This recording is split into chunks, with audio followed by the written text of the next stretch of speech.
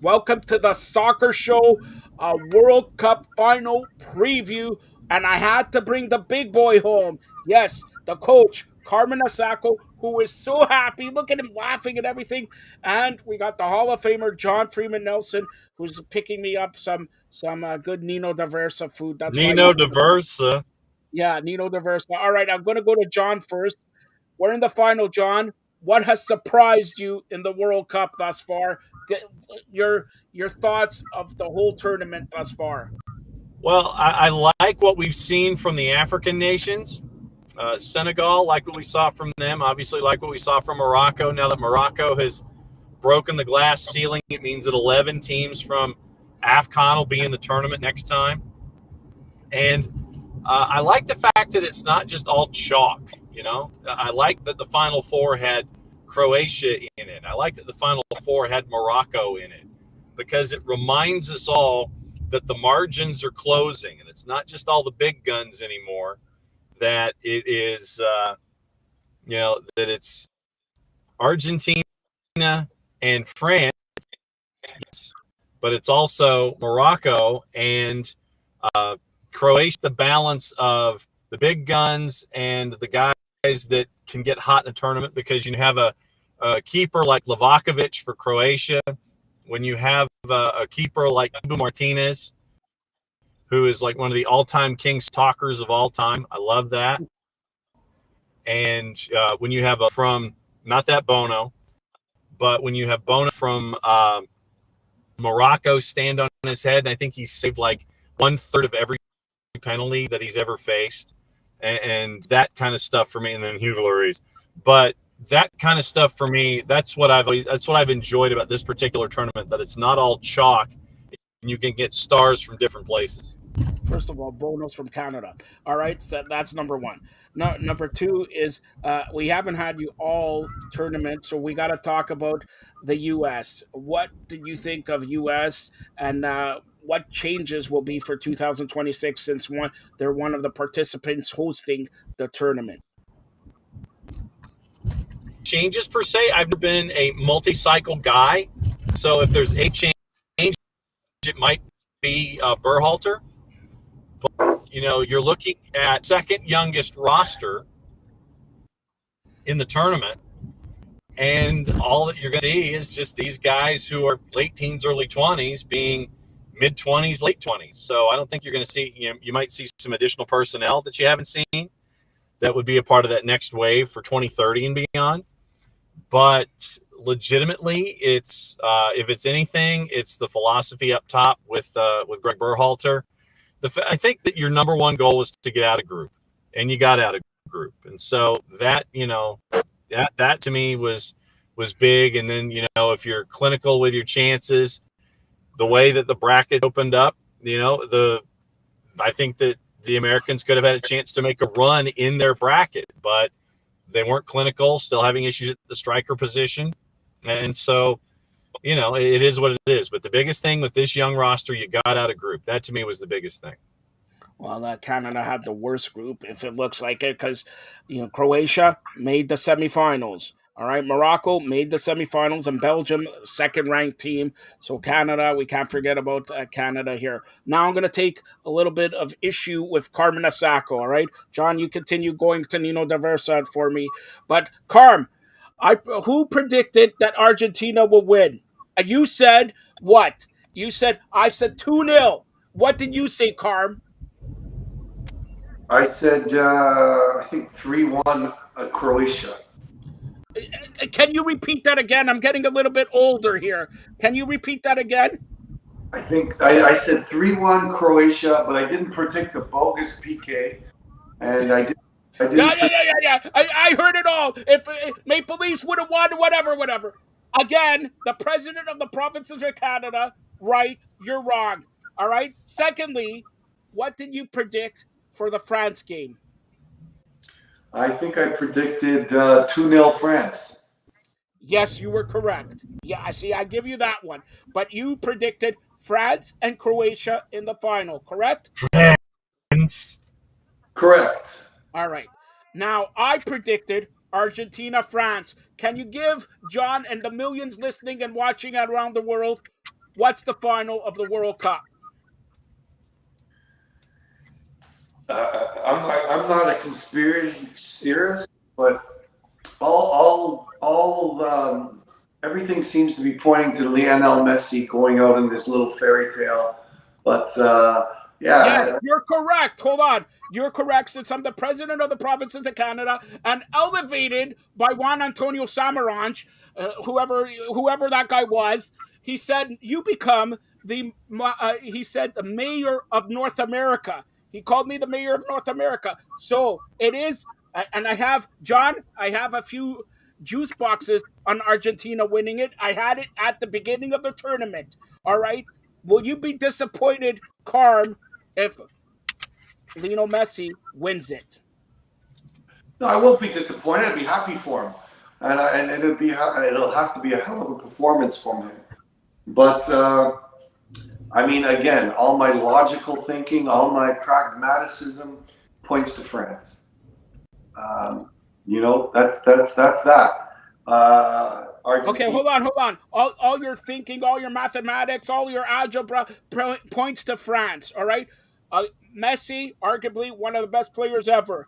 Mbappe, like we mentioned last show, right now the best player in the world of football. So No, not right now. you said it 2 days ago. You said it.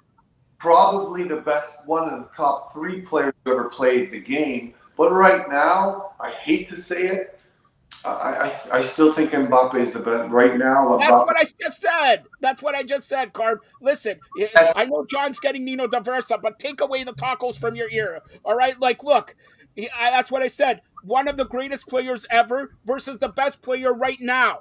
All right? Oh, you're stealing That's my what I said. stealing my lines, John. That was mine. You can use it. You can use it, Johnny. All right, listen to me. Listen, John is busy right now. We're getting to John in a second. Carm, all right, Carm. Let's go pragmatical and theoretical and mathematical and all this. Your pick for the World Cup final: Argentina, France. France. Why? And the score. But And if you say I, nothing, you I, are postponed. I've got a 50% chance of being wrong, but I think that France is the better team. I think that they pick their moments very well. I think they manage their moments very well. And I don't think that the likes of Otamendi and Martinez can deal with. And wait, there is a possibility that Benzema could come back in and play. Not that he will What is he, feature. John Cena in the Royal Rumble at number 30? It's true. It's damn true. It is true that Benzema could come back, but you're saying France will capture the World Cup. What's the score? Uh, 3-1. Because 3-1. All right. Now sit back, listen to the king and the Hall of Famer, John Freeman Nelson of OSG Sports. John, go ahead. 2-1. I think I had Argentina and France also in the final. I know I Great had minds Argentina. think alike, Carm. Great minds think alike. I know I had Argentina because I had Argentina winning it. I'm going to go 2-1, and obviously I'm not going to change my mind now, but I think Argentina wins it 2-1. I think France can be had at the back, and I think what we've seen from Argentina is 10 guys that want to win it with Messi. And they, do you want to be known as one of the group that disappointed Lionel Messi in his last World Cup? I don't think so. But when you have you've got Alvarez, you've got Enzo Fernandez, you've got Lionel Messi. I think the firepower is there. I think that France can be exposed defensively at the back, and I'm going to stick with my original pick and go with Argentina winning the World Cup. Nino Diversa or no, Argentina wins the World Cup. I'm sticking with it. Who wins the best player and Golden Boot and everything like that? Is it Messi? Argentina wins. He's right now in the lead. So go ahead. I'll say Messi gets 2 assists. I think Alvarez gets a goal, and I think Enzo Fernandez gets a goal. Okay, I'll go back to you in just a sec, John. Here, Carm, now we're at the final, and for that matter, let's go to the third place game here. Croatia and Morocco. Who do you got in the third place game? Croatia. And what's the score? 3-2. Okay, John, go ahead. I'll go Morocco 1-0 because I think that Morocco plays their starters. They want to finish the tournament with the highest possible outcome, and so I'll say that Morocco gets the 1 goal on the board. I think it goes to the extra 30, so it'll go 120 minutes. I think Morocco gets the Duke. I think they finish third, and somebody who's going to be very, very rich very, very soon is going to be Sofiane Amrabat for what he's been doing in this tournament defensively for the Atlas Lions. So, John, let me ask you this. What can they take from this World Cup to implement it to Canada, America, and Mexico next in 4 years? Well, Mexico, I think, has more problems than Canada or the United States. I mean, first off, they need a manager. Then they're caught in the betweens, kind of like what we've seen with the U.S. women's national team. You have an aging roster, and you're trying to figure out how to replace that group and still keep and bring younger players along. But it seems like El Tri are afraid to bring younger players up, and they want to ride with all of the older talent, and they ain't scoring any goals, and they're losing, and it's pretty bad. And that's the biggest thing for me is I think Mexico has more problems than anything else, and it's philosophical first and foremost. You've got an aging roster. What are you going to do for 2026 when they're even more aging? What are you going to do after that? So I think that Mexico is in worse shape than Canada is, and I think that they're in worse shape than the United States are. So I think Canada and the United States. I think the biggest question is on the bench. The talent pool is there. For Mexico, it's the bench and the talent pool and the birth certificates. That's like check 1, check 2, check 3 for where El Tri are concerned. I think that Canada and the United States, I think that they're in better shape, logistically when it comes to the next 4 years. I could see John's almost at Nino Diversa, so I'm gonna go with John, and then we'll let go of John and Karma. I'll ask you a couple final questions. So John here, finally with USA. I don't know if you heard everything that we're gonna have a all women's Canadian soccer league. Has Yep. anybody talked Talked to about that? JJ Adams about it at OSG on Soccer Down Here 2 days ago, actually. Okay, and what was the reaction in the United States about an all Canadian women's soccer league? Bring it. Great, fantastic. But you've got to look at Diana Matheson and Christine Sinclair making the announcement still without having the express written consent of Canada Soccer, and they just kind of put the cart before the horse and made the announcement. Yeah, you've got sponsors, but you don't have the signing of Canada Soccer as a part and parcel and a partner. So I think that's the first obstacle that you got to figure out. Yeah, it's great that Vancouver is a part of it, and I think they've got 2 franchises online. But the biggest thing is you got to get Canada Soccer in line with it, or it's just going to be sitting there and it's a great idea, but there's no one behind it, and that's the biggest issue for all of it is making sure that you have financial backing, which is great, getting CIBC and another big sponsor, that's big out of the blocks. But at the second time, Canada Soccer has to sign off on it, and they've got to give the good old-fashioned okey doke, and that's something that's got to get worked on. All right, Carm, do you have any questions to ask the Hall of Famer? Where do you learn how to drive? Get his license. High school. Making me dizzy. All right. That's the beauty of it. So, John, tell everybody how they could get a hold of you. We'll get you back on Monday to talk about the final, but go ahead. Thanks a lot for this. And Carm, do you want anything from Nino Diverso? John's picking it up. Yeah, really. Easiest ways on the Twitters, it's Soccer Down Here app available iOS and Android. Me on the Twitters at OSG Nelson. Catch up, boys, after it's all done. Good to talk to you. All right. Thanks a lot, John. Bye. Bye.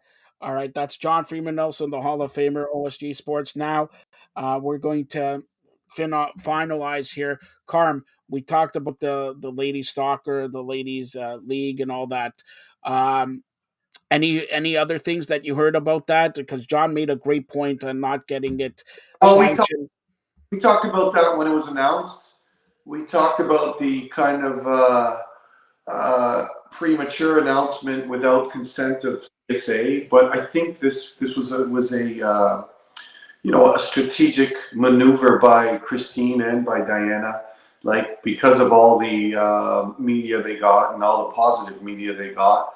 I mean, they're just basically putting the onus on CSA to say, if you don't do this, imagine the negative reaction that will have. So I thought it was a strategic move by Diana and Christine.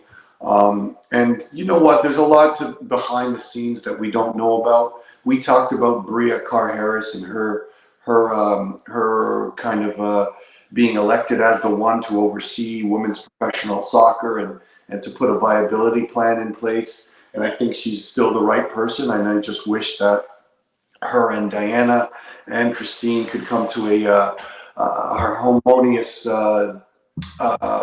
kind of working together mentality where this can be successful on all angles and we can get all the political rubbish away. Because I do think that Diana and Christine and Bree and the CSA and CSB will be great partners in developing this. I just hope that politics and rubbish stay out of this whole equation. All right, and just a side note, we mentioned the Women's World Cup happening in 2023 in June, July. Um, Take us through we always look Canada, America, and all that, but arguably, is there anybody else that can compete with Canada and America solidly? Like, in the men's side, we have 5, 6, 10 countries that arguably you can mention: Italy, France, Argentina, Brazil, Netherlands, and all that. How many can you say in the Women's World Cup? Oh, absolutely. I mean, if you look at what's happening at the youth levels, the Spanish are dominating the women's side at the youth levels. The Asians, the Japanese are still very strong. I mean, it was Japan and Spain in the final for, I believe, the U17s or the U20s. Sorry, but but the English winning the Euros Cup, they're going to be a dominant force. But I still think that all the experience, all the professional atmospheres, all the professionalism that our Canadian players and the American players are in today will still put them over the hump. But I think that there's going to be some crazy culture shift in the English game, and I think that will translate into the World Cup. I think that the Germans are still very strong. The Spanish are just developing a incredible product of football, and when the athleticism and matches those of the North American teams or even like some of the South American teams like Brazil, I think it's going to be, I think we're going to see Europe kind of move in and dominate. The U.S. are still physically dominating and technically dominating as well. But the parity's coming, and I see a lot of teams being up there, and we're still grateful for the likes of Kadisha Buchanan and Ashley Lawrence, like pretty much at their peak, still being considered top playing in top leagues and just getting better. So yes, I do think there's the Spanish and the Germans and the English, obviously, and the Brazilians and the Japanese that can challenge the Canadians and the Americans for sure. All right, so that's the World Cup. But I'm going to ask you a personal question. You're a headmaster coach, like John Carlos says, York University men and ladies. 2026 World Cup here. What changes? Forget about the World Cup. Would you like to see in the group of at York University, the CPL, and everything like that? Forget about the World Cup for right now. Where do you think it's going? It's growing in Canada. It's growing like crazy here. But you are the lifeblood. You're teaching. You're coaching.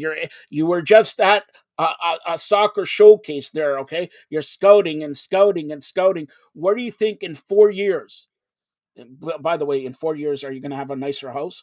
But in 4 years, where do you think it's going to be? Forget about the World Cup right now. I mean, I think overall everyone's heading in the right direction. The new commissioner Noonan has a grand plan, I think, and I think he's aligned appropriately with the grassroots system. I think he's aligned appropriately with the Canadian Premier League, being Canadian. I just what I think that CSB coming in has to have a bigger impact on the grassroots infrastructure. And right now, like the business side of things, as far as the Canadian soccer scene has been the dominant kind of reasoning or rationale behind every move. And the business side of it is kind of getting a lot better and kind of finding a balance and a sort of a positive flow, but they still need to work out a lot of things in infrastructure. They still need to work out a lot of things in gaining trust of the players and the community. I'm not talking about on the field, I'm talking about off the field. So there's a lot of things that Mr. Bontis inherited that he needs to kind of take a long look at, and we need to give him a chance and the support to fix. So those things for me are essential. But the other thing is essential is that the CSB and CPL don't get overrun by the economics of the game, because we have a lot to fix at the grassroots level. We have a lot to fix at the high performance level. We have a lot to fix at the amateur adult level. We have a lot to fix, and it can't be dominated by the bottom line, the financial bottom line that seems to be the trend. So we'll see how this works out, because in my estimation, and the way this game used to be played and how our national team got built from Ontario Youth Soccer League and other basically leagues that weren't dominated by the economic inequalities. Right? We're again, I've mentioned many times that there's so many socioeconomic reasons that kids from the Jane and Finch corridor, or kids from Scarborough, those that have so much potential to be our best players, aren't playing, or are playing at lower levels because of the money, because of the financial limitations. Can we make this sport into a middle upper class sport? Absolutely. Is it the right thing to do? Absolutely not. And you look at the stories of Tejan and Alfonso Davies and Mark Anthony and Laria, all those kids came from inner city type programs where they didn't have a lot of resources, financial resources. But so I think that we can't close our door to this, and a lot of the infrastructure that exists now. I mean, it's costing kids anywhere from $5,000 to $7,000 to play, $5,000 to $7,000 to play soccer for not even a full year. So these are the things that we need to look at. This is and it is called Canadian Soccer Business that took over pretty much, that's supporting the CSA right now. So I will not be put the blinds over my eyes. I understand what that point is I understand that they have to make it economically feasible. But in doing so, we have to realize what got us to this World Cup.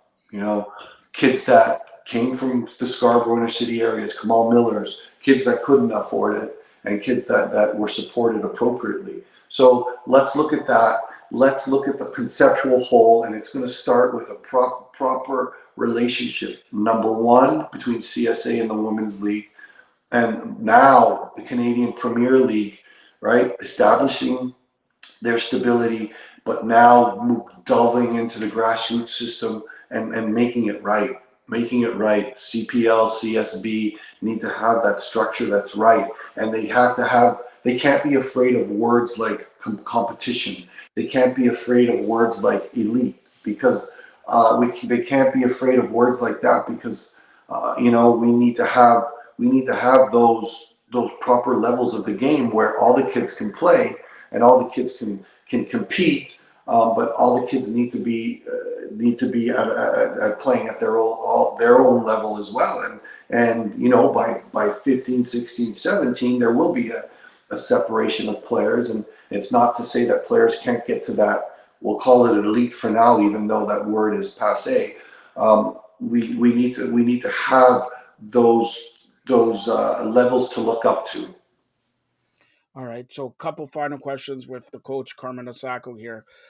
You talk about the CPL. Okay, 4 years from now, where are teams going to be? How many more teams are there in the CPL, and where would you put them? Well, I mean, obviously, the most important spot is Quebec, Montreal area. Even if it is Quebec, like there's great soccer. You mean in Laval, and there's great soccer. Sorry, in Quebec, Quebec City are great spots for this. Obviously, that area needs to be addressed. Obviously, we need some more teams in the GTA. We do need, a team in Mississauga would be, or that area would be fantastic.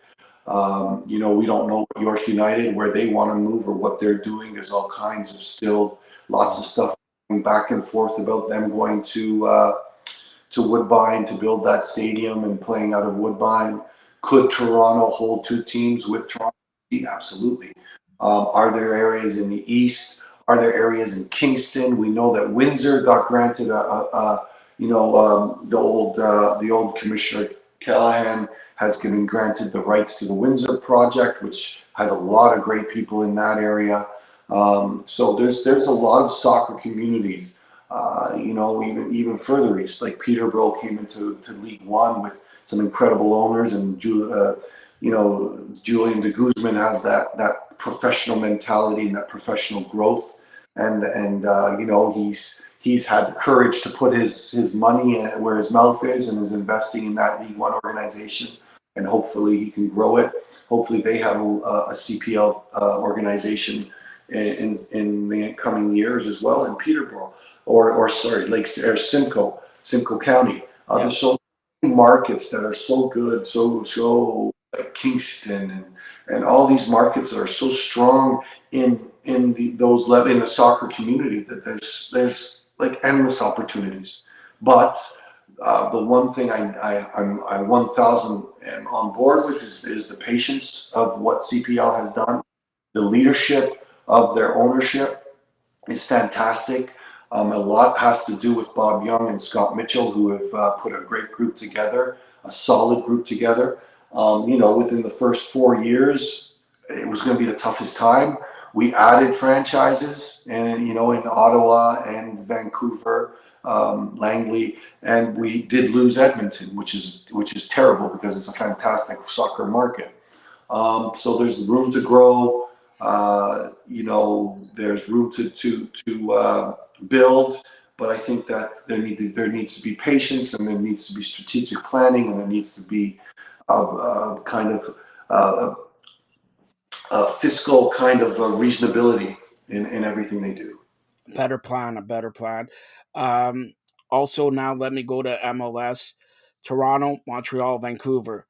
In 4 years' time, are one of them champions already? Well, TFC already won. In 4 years, either Toronto, Montreal, or Vancouver, and for that matter, maybe another team in Canada in the MLS, but are one of those teams a champion in those 4 year span? Oh, absolutely, absolutely, and Montreal did a lot with a little last year, and then they moved on to sell Alistair, they've moved on to sell Kone. So obviously their mentality is to be fiscally responsible, and kind of use the money from selling players to make this the business of Montreal or CF Montreal grow. Obviously, Toronto still has that they want to win. They're in a market where they want to win, and they have incredible financial stability with the Toronto market through their support, through their corporate sponsors, through MLSE. Obviously, it's structure stable, so they're in a position to win. And Bill Manning is one of those that wants to win, and Bob Bradley is a proven winner as well. So these are situations where I think Toronto is best suited to win. And again, Vancouver has practical mentality. They don't want to spend too much on DPS and those type of players. And you know, I hope that their supporters don't get tired of just being out of the playoffs or just making the playoffs. I think that there's got to be a direction there, a plan there. And I think their supporters may get tired of it. And they're getting competition from the new Vancouver team in the CPL. But Toronto, for me, is still the place where they can win. They can win in 2-3 years for sure, maybe even next year. They're gonna spend the money to bring in Insigne. They're gonna spend the money to bring in Bernadeschi. They're gonna spend the money to bring in the next player. So for me, it makes a lot of sense that Toronto and it is more of a Galacticos mentality where they want to win. All right. So, final question with the coach Carmen Asako here. We're previewing the World Cup final, Argentina, France. But how will you remember this World Cup before the winner, and especially if Messi wins it, or Mbappe, or Argentina, or France? Does that change? But how will you remember this World Cup? The narrative for me has been fantastic. I think that it's been fantastic, but it's what could have happened. That's me. I mean, I was salivating at the possibility in the 16 round of 16 of a Uruguay Brazil or of a Spain Portugal. All those that didn't happen. I mean, we had marquee game France England for sure. Even in the group stage we had Spain Germany. But all kinds of scenarios that didn't happen were kind of left me. But the story of Morocco and what they've done was just a great narrative, great for Africa and great for just the entertainment of what happened in Qatar. But I think the football's been great. I think the venues have been great. I think the entertainment value has been great. Aside from the political aspects that aren't great, and everyone and everything that those kind of stories are. Some may call them side stories, and some may call them the main stories. Which I'm leaning to the side that the politics and lack thereof are the main stories. But if we're talking about on the field, I will remember what didn't happen. I will remember. I will remember the great Moroccan tactical and I think I'm going to remember a great France team again with incredible depth and just a national system built almost as a club team where these guys come in and they have their roles set and they know what to do, when to do it, and Duchamp who puts it all together. If Messi wins, it's all going to be about Messi, and I think John was spot on when he said every player on that team is playing for Messi, Yeah. and it will be reminiscent of the God bless his soul, the Maradona days and what Argentina and meant to Maradona and what Maradona meant to Argentina. That's what I'm reminiscing about. So those are the things that will be stuck in my mind. First of all, And Canada, sorry. that's what I want to say. I can't believe you did Uh, not mention, oh, Canada playing at the World Cup for the first time. You were crying. I know you were crying like a baby the first. He cries when he loses 649. All right. So, look, Canada looking, and honestly, I think we're all Canadians here. I know Spanish, Italian, all the, past and all that, but watching the Canadian national anthem in the grandest stage, if that doesn't touch you, I don't know what will. Go ahead. Yeah, I mean, that for me was by far the memory that I'm going to keep. And watching the kids that I've been lucky to be a part of some of their lives, just you know, and play with so much pride and play with so much passion. I think that's something that will resonate as well, and grow as time goes by. And when some of those guys come over for a beer or coffee, or when we have our get-togethers with our group, it's going to be something that you're going to feel that specialness that comes from them, but it's also special for us, for all those guys in the trenches that were involved. You know what's special? And I'm going to say this one time, sit back, because I know you never take credit. this is the one of the best coaches in Canadian. Forget about sports. Forget about soccer. In sports in Canada. Stop, Carmen. I'm going to say this enough. I hear it enough from you and all that. One of the best coaches in Canada for sports, be it soccer, be it anything. Yeah, every day, each and every day throughout the World Cup, we've done updates here. Never once, he says, never once, he said, Joe, I don't have time. He has always, and for that matter, John and John Carlo and all that, but this guy's the coach. He coaches the future and still talks about it and still has the passion. And the greatest thing about him, you see him analyze it. You talk about the juice boxes, but he is even a better person. And that's what soccer and life is all about. We look at, it's the holiday season. We look at the Twitch, the guy from Ellen DeGeneres show. You never know what people are dealing with. Okay, and he committed suicide and all that, but not once has he said, Joe, we cannot talk about this. Let's talk about this. He's the coach of the ladies and men soccer. He builds the future. And not many people said this, and I say it all the time, and he's too modest to take it. But Carmen Asako, should be given an award or something because he builds the future of and he's going to build the So, future for the so 2026. The players who are you going to see here at BMO Field in Los Angeles, at SoFi Stadium in Mexico, and all that. He has a hand in the players that are going to be there. Bank on it. Carmen, anything else you want to say? Nothing, just congratulations to all those CPL players, U Sport players, sorry, that got drafted. You know, hopefully the likes of Chris Campoli get a fair chance to be, because I think he could be a very good star in this league. And Milo Jurcic from York University, congratulations to him. So many, Amir from Toronto Metropolitan University, so many, good players from the area. Anthony White from University of Toronto.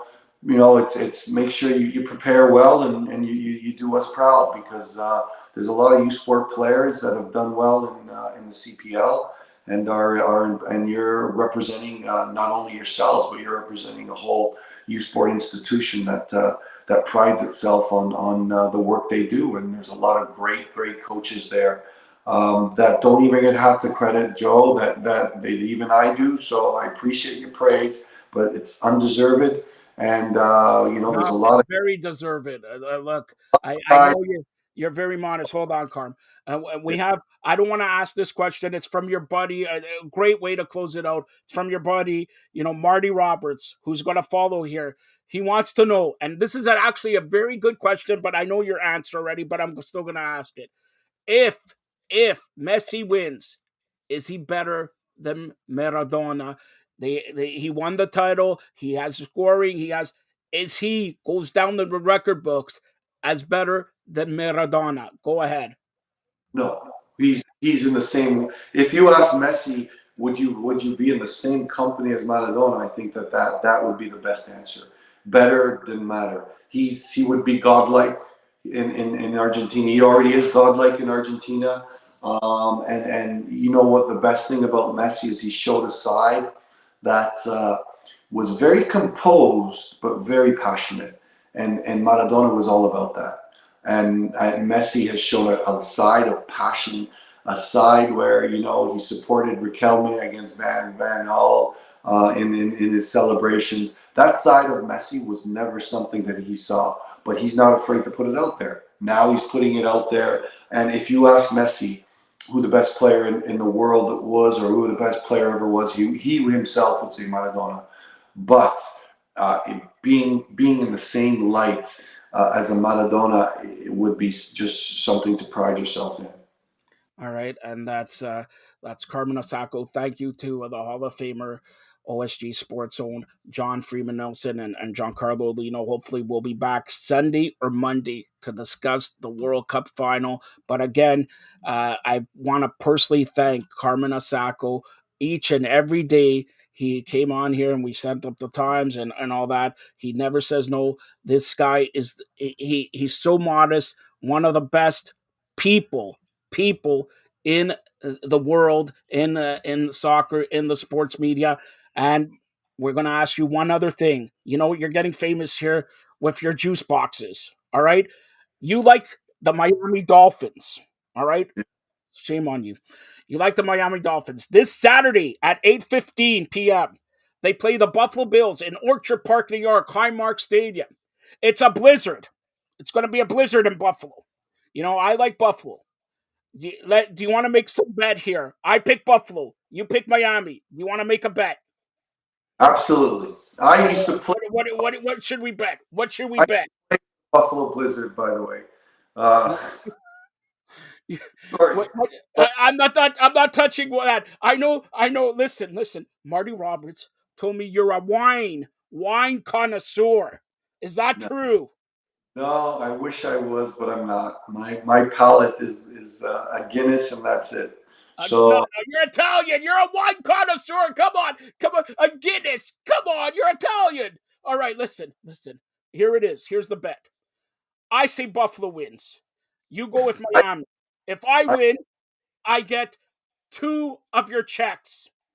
Two of them. okay.